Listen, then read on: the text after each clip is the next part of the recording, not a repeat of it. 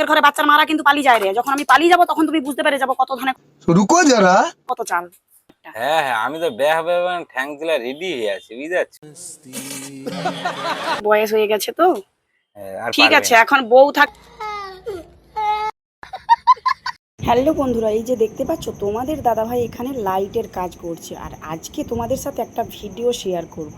ভিডিওটা কি বলো তো, আজকে একটা চড়াদার দেখে একটা প্র্যাঙ্ক ভিডিও বানাবো তোমাদের দাদাভাইয়ের সাথে। চলো দেখা যাক। ক্যামেরাটাকে এই পেপারটার পেছনে লুকিয়ে দিই। আর তোমাদের দাদাভাই তো উল্টো দিকে মুখ ঘুরিয়ে বসে আছে, ও তো কিছু বুঝতেই পারবে না।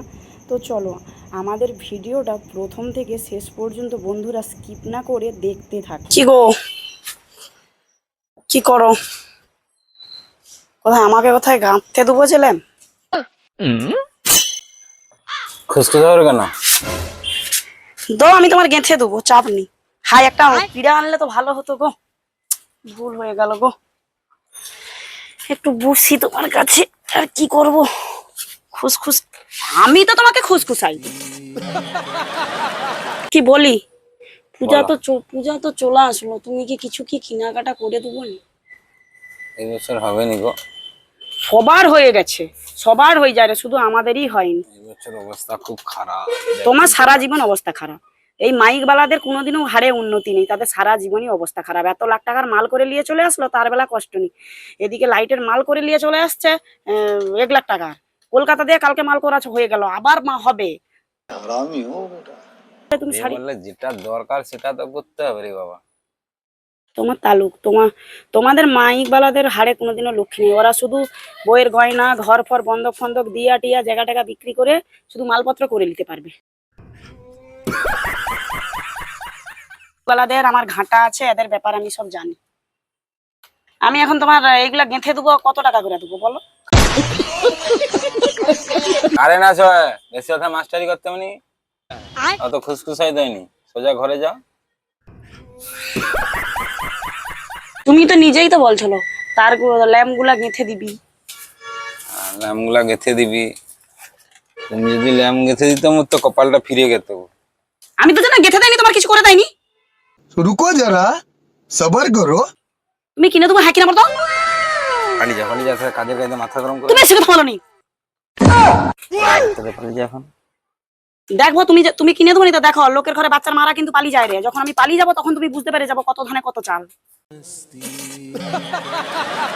যাও না, যেথায় যাও সেই তুমি ভাবছো কি তোমাকে নিয়ে যে একদম সিংহাসনে তুলে জল তুলসী দিবে?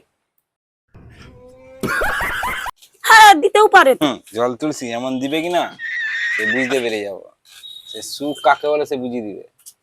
যে জল তুলসী দিয়ে রাখবে তার কাছেই যাবো। হুম, তাহলে তোমাদের পরীক্ষা করতে হবে একটার পর একটা। হ্যাঁ দরকার হলে আমি পরীক্ষা করবো, 1 মাস ধরে পরীক্ষা করবো। দেখবো যেটা সেটিং হবে সেইটার সঙ্গেই যাবো। আচ্ছা তাহলে চল যাও, দেরি করুন। বুঝতে পারছো?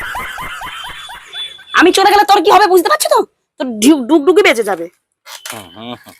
সব তাহলে যাদের পালিয়ে যাবে তাদের সব ডুবলিকি বেজে যায়। তাদের কি হবে তুমি কি দেখতে গেছো নাকি?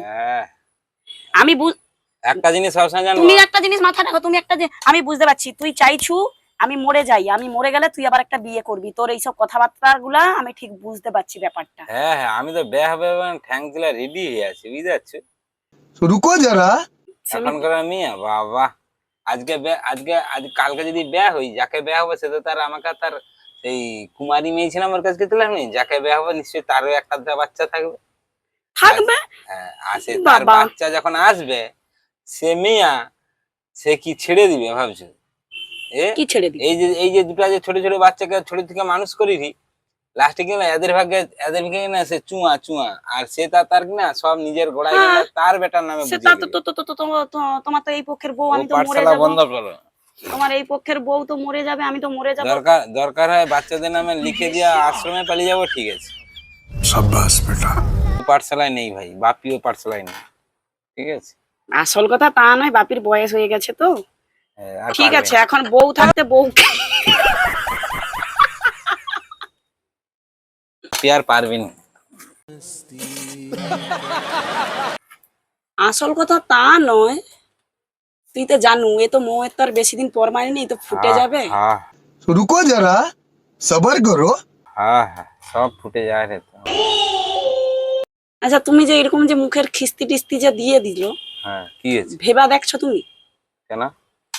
ভেবা দেখনি? ওই ভাবার কি আছে?